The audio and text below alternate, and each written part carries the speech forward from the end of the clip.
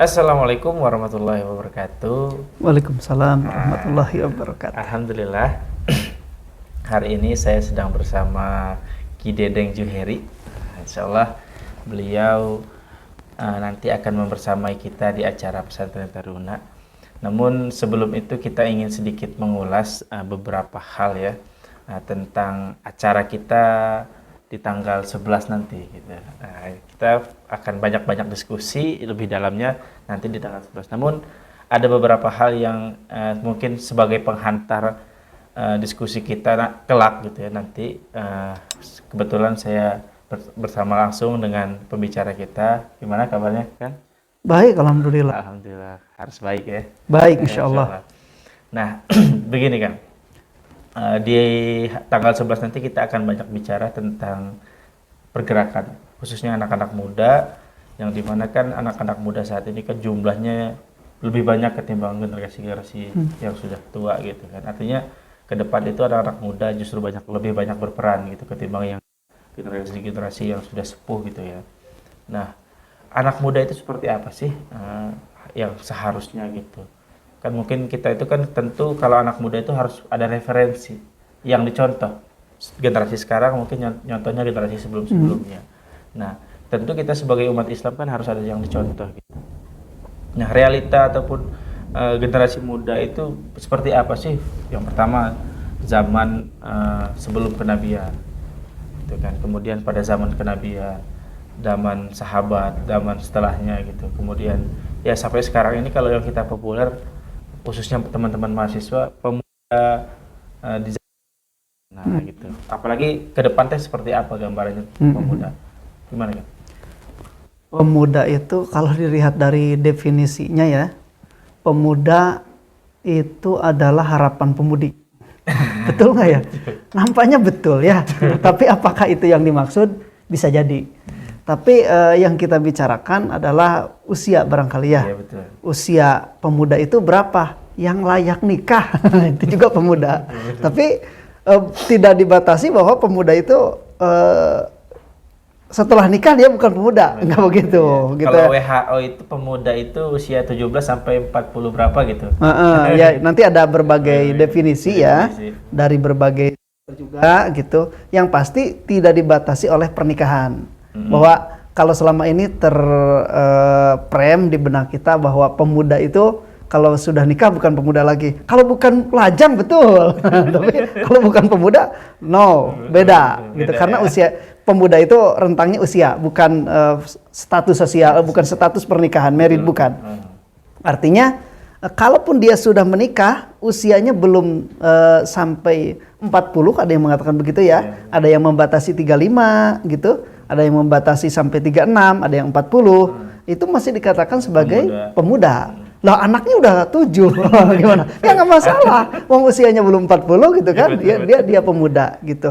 Nah, bagaimana peran pemuda gitu ya dari konsep perjuangan, pergerakan gitu. Ya kita kalau baca sejarah misalkan Ashabul Kahfi gitu ya. Di sana kan ada Maxilianus gitu ya, Decianus dan lain sebagainya. Itu dikatakan 7 pemuda begitu yang beriman, yang melarikan diri ke dalam goa gitu ya demi menyelamatkan akidah yang ada. Jadi pemuda sudah mengambil sikap pada masa itu ketika ada kezaliman-kezaliman khususnya berkaitan dengan keimanan dengan tauhid. Jadi dia sudah mengambil sikap kalau memang tidak bisa melawan sama sekali ya selamatkan diri. Begitu.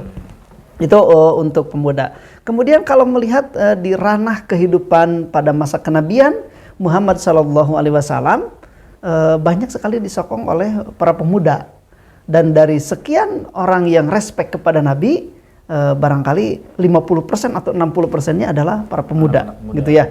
Di antaranya ada Ali bin Abi Thalib, ada Zubair bin Awam, kemudian ada Usamah, gitu ya. Dan lain sebagainya. Itu kalau dilihat dari umur-umur mereka, rata-rata mereka pada muda-muda gitu ya. Itu banyak berperan dalam pergerakan, bahkan setelah Kanjeng Nabi Muhammad Sallallahu Alaihi Wasallam wafat, yang memimpin pergerakan pada masa Abu Bakar untuk menaklukkan Romawi itu adalah Usamah bin Zaid yang menjadi panglima perang. Padahal di situ masih banyak sahabat-sahabat senior yang usianya jauh dibandingkan Usamah. Tapi pemuda di situ mengambil peran. Bahkan dalam sebuah riwayat disebutkan ketika Usamah mengambil satu tindakan memimpin pasukan untuk menyerang Romawi, pasukannya tilawah di kuda. Sampai derap kuda itu konon katanya para sejarawan mengatakan tidak terdengar karena orang-orang pada tilawah. Masya Allah, dengan hafalan-hafalannya melarikan kuda. Dan tercatat sebagai satu sejarah yang gemilang bahwa Usamah bin Zaid bersama pasukan kaum muslimin saat itu bisa menaklukkan Romawi gitu. Lihat pemuda pada waktu itu ya. Umurnya berapa pada masa itu? 17 tahun.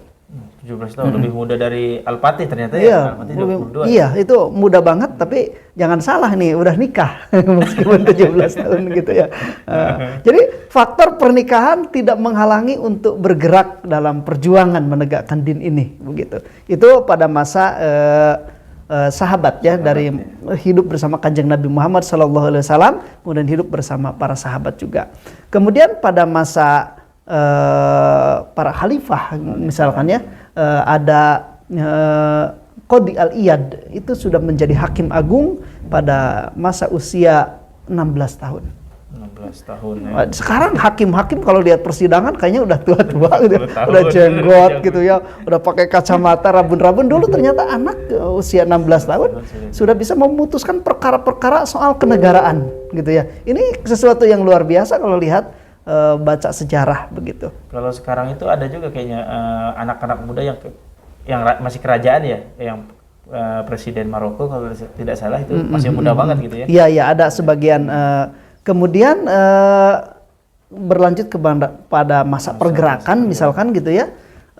Kita mengenal Hos Cokro Aminoto misalkan. Itu sudah menjadi pemimpin syarikat Islam.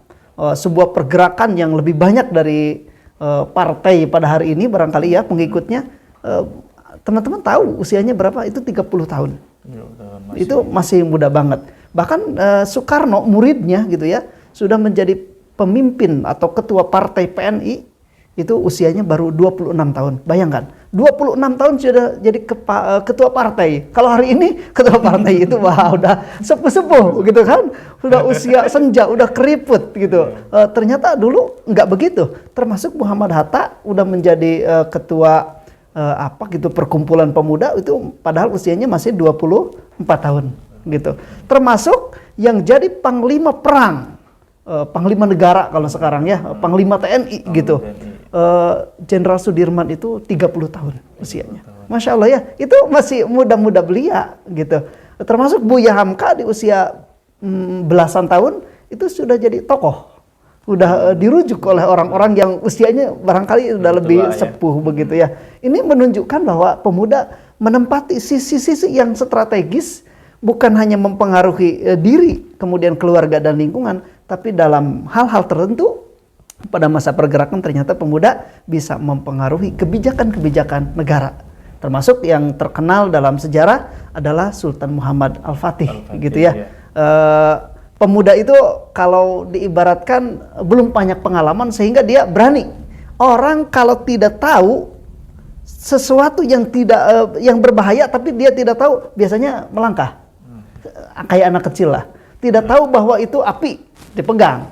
Tidak tahu bahwa itu silet, dipegang. Tidak tahu bahwa itu setrum, dipegang. Anak kecil itu karena serba tidak tahu, jadi dia berani melangkah pada hal-hal yang sesuatu yang tidak dikira, sesuatu yang oleh orang lain dianggap berbahaya, padahal belum tentu berbahaya begitu. Beda dengan para orang tua ketika hendak mengambil kebijakan-kebijakan karena sudah ada informasi yang masuk. Seperti anak kecil kalau sudah tahu itu api pasti nggak dipegang. Itu nyetrum kabel terminal pasti nggak dipegang. Tapi karena nggak tahu, dia nggak terlalu banyak pertimbangan ketika memutuskan sesuatu begitu ya. Beda dengan orang tua yang sudah banyak pengalaman sehingga banyak ketakutan-ketakutan yang muncul. Itu terlihat dari kisah bagaimana Sultan Muhammad Al-Fatih itu dia berani menaklukkan Konstantinopel karena secara jiwa muda dia menggebu-gebu. Beda dengan para orang tua yang sudah lebih banyak pertimbangan. Jadi kalau dalam tanda kutip Muhammad Al-Fatih itu bisa dibilang tanda kutip temperamen gitu. Dia ingin meluluskan, berambisi untuk menaklukkan itu karena dalam benaknya ini akan bisa gitu ya. Karena apalagi yang kaum tua pada saat Ah, itu sudah ah. melihat sejarah-sejarah Iya, dari iya. ayahnya gitu ya. Betul, gagal. Ya, banyak kegagalan demi kegagalan sehingga para orang tua seolah-olah meskipun ada keyakinan ini akan terwujud, akan tetapi apakah di zaman saya atau bukan. Jadi ada keraguan-keraguan di situ. Namun kelemahan anak muda memang kurang pertimbangan. Sehingga Sultan Muhammad Al-Fatih juga patut berterima kasih kepada Ah Syamsuddin yang mendampinginya. Jadi klop antara yang tua bijak untuk mentransfer pengalaman-pengalamannya, yang muda jangan dikerangkeng tentang semangatnya, spiritnya, dan giroh untuk melakukan sesuatu yang lebih baik. Jadi harus ada satu kesatuan gitu ya. Di sisi lain spirit harus tetap dijaga, di sisi lain pengalaman juga perlu dari yang tua begitu. Kita tidak menafikan yang tua karena walau bagaimanapun pengalaman itu juga perlu untuk langkah-langkah ke depan supaya tidak terjerumus ke lubang yang sama. Jadi kalau soal kegagalan itu siapapun akan ada masanya untuk gagal, kemudian untuk sukses. Yang pasti orang sukses itu rumusnya lebih banyak gagalnya dibandingkan orang gagal. Karena orang sukses itu gagal coba lagi, gagal coba lagi. Sementara orang gagal, sekali gagal dia selesai, tidak mencoba lagi. Jadi rumusnya orang sukses itu lebih banyak gagalnya daripada orang gagal itu sendiri. Jadi kalau gagal digaruk aja. Oh, gatal. Itu gatal. Gatal.